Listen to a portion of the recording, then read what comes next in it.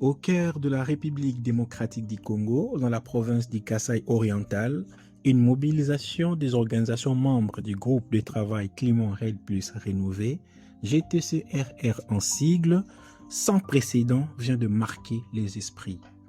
En avril 2026, pendant une semaine, dans le cadre du projet SRED+, une mission cruciale, transformer la société civile en acteur clé de la protection forestière, a été menée.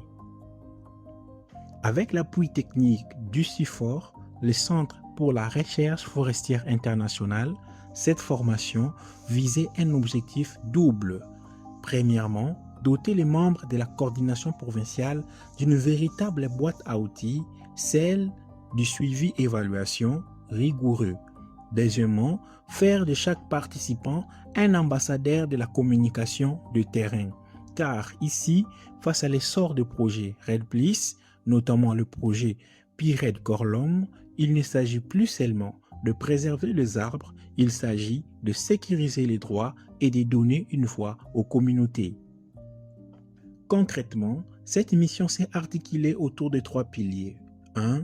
Maîtriser les mécanismes de suivi et d'évaluation des projets. 2. Vulgariser des outils essentiels comme le mécanisme de gestion de plaintes et recours et autres. 3. Renforcer les compétences en communication pour que l'information circule du terrain jusqu'aux décideurs. Nous avons été formés, nous avons appris, nous avons eu des connaissances et nous avons eu aussi des compétences en suivi et évaluation dans du projet. Ce qui m'a vraiment plu, c'est que la formation a été vraiment bénéfique.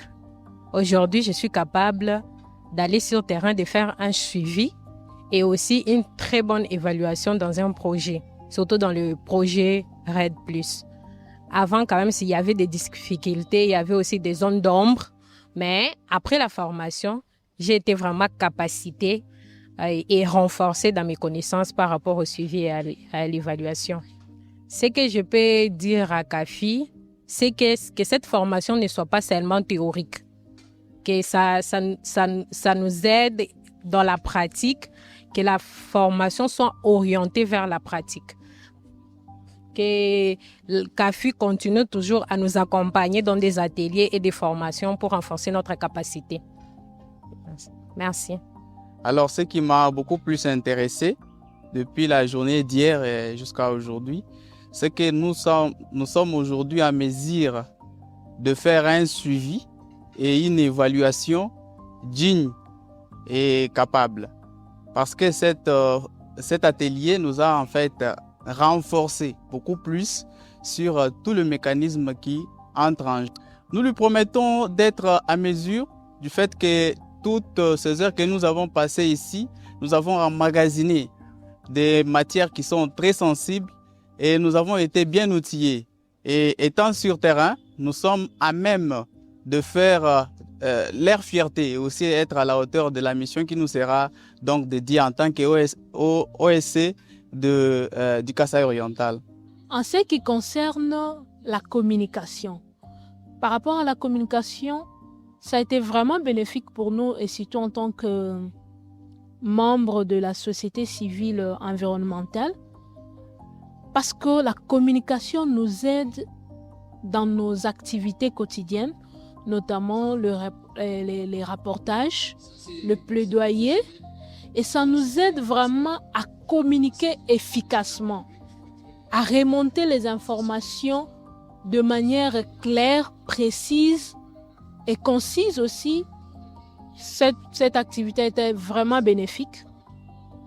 Elle a été vraiment bénéfique pour tout les structures de la société civile environnementale.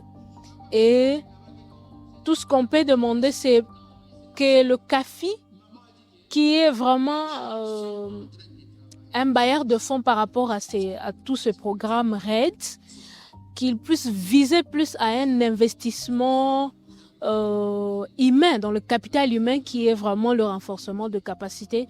Ça pourra aider à avoir de bons résultats. Certainement. Vous savez qu'il y a 2 ou 3 projets qui commencent et qui ont déjà commencé. Il y a le projet, par exemple, le projet Puy Forest, le projet Pired Corlom. Ce sont des 2 projets RED qui sont en train d'être installés dans la province Kasaï-Orientale. Et nous avons décidé d'abord de former, de renforcer nos membres en capacité, afin de suivre réellement ce qui est fait sur le terrain par ces programmes, pour faire un reportage et pour conseiller ou accompagner les parties prenantes au processus. Donc nous voulons commencer par former, renforcer en capacité, mettre en place les outils qui permettront les structures membres du GTCR de suivre les activités sur le terrain et rendre compte au gouvernement de la RDC. Combien et comment les fonds sont utilisés, est-ce qu'ils atteignent les objectifs. Les concernés en bénéficient de manière claire et nous conseillons aussi les partenaires de respecter leur engagement au niveau national et international. Oui, à l'issue de ces 3 jours de travail et de renforcement des capacités, nous attendons encore un GTCR qui devient plus efficace dans le suivi des projets et programmes RAID au niveau de la province du Kasaï oriental. Et après ça, on veut aussi que le GTCR arrive à avoir des membres qui sont capacités, qui sont renforcés, qui ont des outils de suivi et qui arrivent à les capitaliser pour arriver à informer encore sur les processus RAID depuis les bas, c'est-à-dire au niveau local, pour se rassurer que les besoins des peuples autochtones, les besoins des communautés locales, ainsi que les besoins des hommes, des femmes, des jeunes sont intégrés dans tous les processus RAID dans notre pays. Tous les participants réunis ici viennent dans toute la province du Kasaï oriental. Vous savez que le GTC, c'est un grand réseau. On est déjà dans plus de 20 coordinations et les représentants au niveau de la coordination sont ici de tous les territoires de la province et cela permet d'ailleurs au GTCR de couvrir tous les territoires au niveau rural et permet de capitaliser aussi ce qui se passe dans tous les coins et recoins de la province du Kasaï oriental. Cette mission conjointe du GTCRR et CIFOR ne se termine pas ici. Elle marque une étape décisive dans la construction d'une société civile environnementale plus forte et plus influente en RDC.